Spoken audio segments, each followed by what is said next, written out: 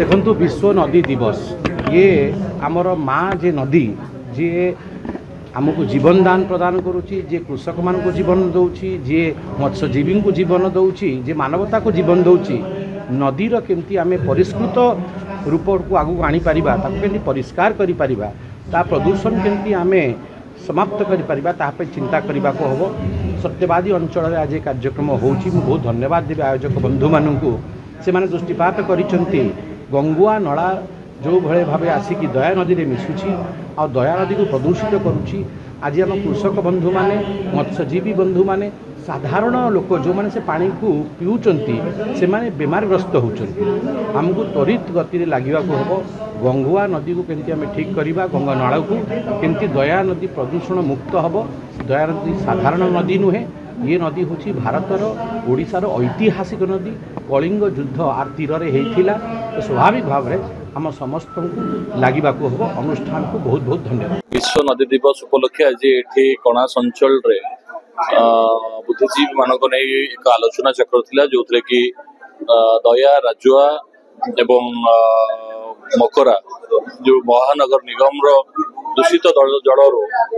एठी प्रदूषण होची ते बाबद एक व्यापक आलोचना चक्र थिला एवं दया किभଳି भाबे चिरस्रोता हबो सेतिपई समस्तंकर उद्वेग रही। आस्ते आस्ते संक्रमण हेलानी रोग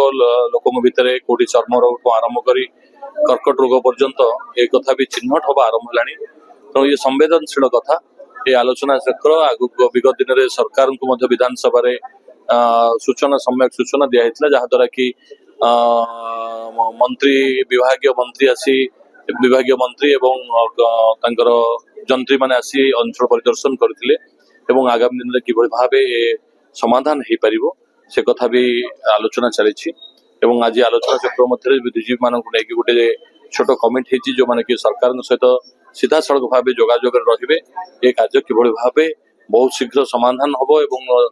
दया नदी चिरस्रोता हम एवं साधारण लोकों काम पानी पुणी आसो ये उद्यम रही। विश्व जो सब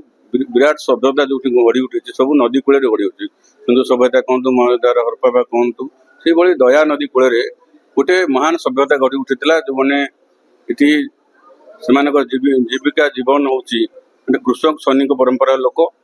एमाने चिलिका जो विराट ह्रद अच्छी सब बृहत्तम और लवणाक्त ह्रद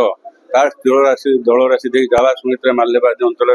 नौ वाणिज्य कर ये अंचल को गोटे विकसित अंचल परिणत कर आज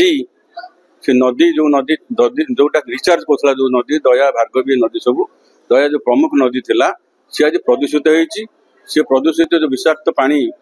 भुवनेश्वर सब नर्दमा मेडिकल वेस्टेज कल कारखाना केमिकल पानी एवं समस्त गंधा वस्तु आसी दया नदी पड़ी विषाक्त कर माछ आज समस्त जलजीव मृत्युवरण कर चिलिका जल माने प्रदूषित होची जैव विविधता नष्ट होची जो पानी जो कंटेमिनेटेड होना पानी से पानी रे कृषि नष्ट होची जो पनीपरिया होची सेगुड़ा सब कंटेमिनेटेड होची जो संक्रमित होची रोग पाची जाउची नष्ट हो जाउची तेणु ये अंचल जो माछ सब चिलिकार जो माने जो माछरे जीविका निर्वाह करथिले सेमाने मध्य ताका जीविका हरैलेनी कृषक मध्य तार जीविका हरौची तेणु ये अंचल सब दादन श्रमिक होगी जाउछन्ते एवं लोक मैंने से पानी जो एठी अंचल सब लवण पानी वाटर सब ग्राउंड वाटर सब लवणाक्त तेणु पानी उपयोगी पानी एठी नहीं तेणु जो दया नदी केवल इंटेक्वेल माध्यम जो मेगा ड्रिंकिंग वाटर प्रोजेक्ट नुआ कराउछि जो सप्लाई कराउछि से दया नदी पानी दिया से पानी जो विषाक्त होती से पानी जो माने सामान्यतम विशोधन जो कर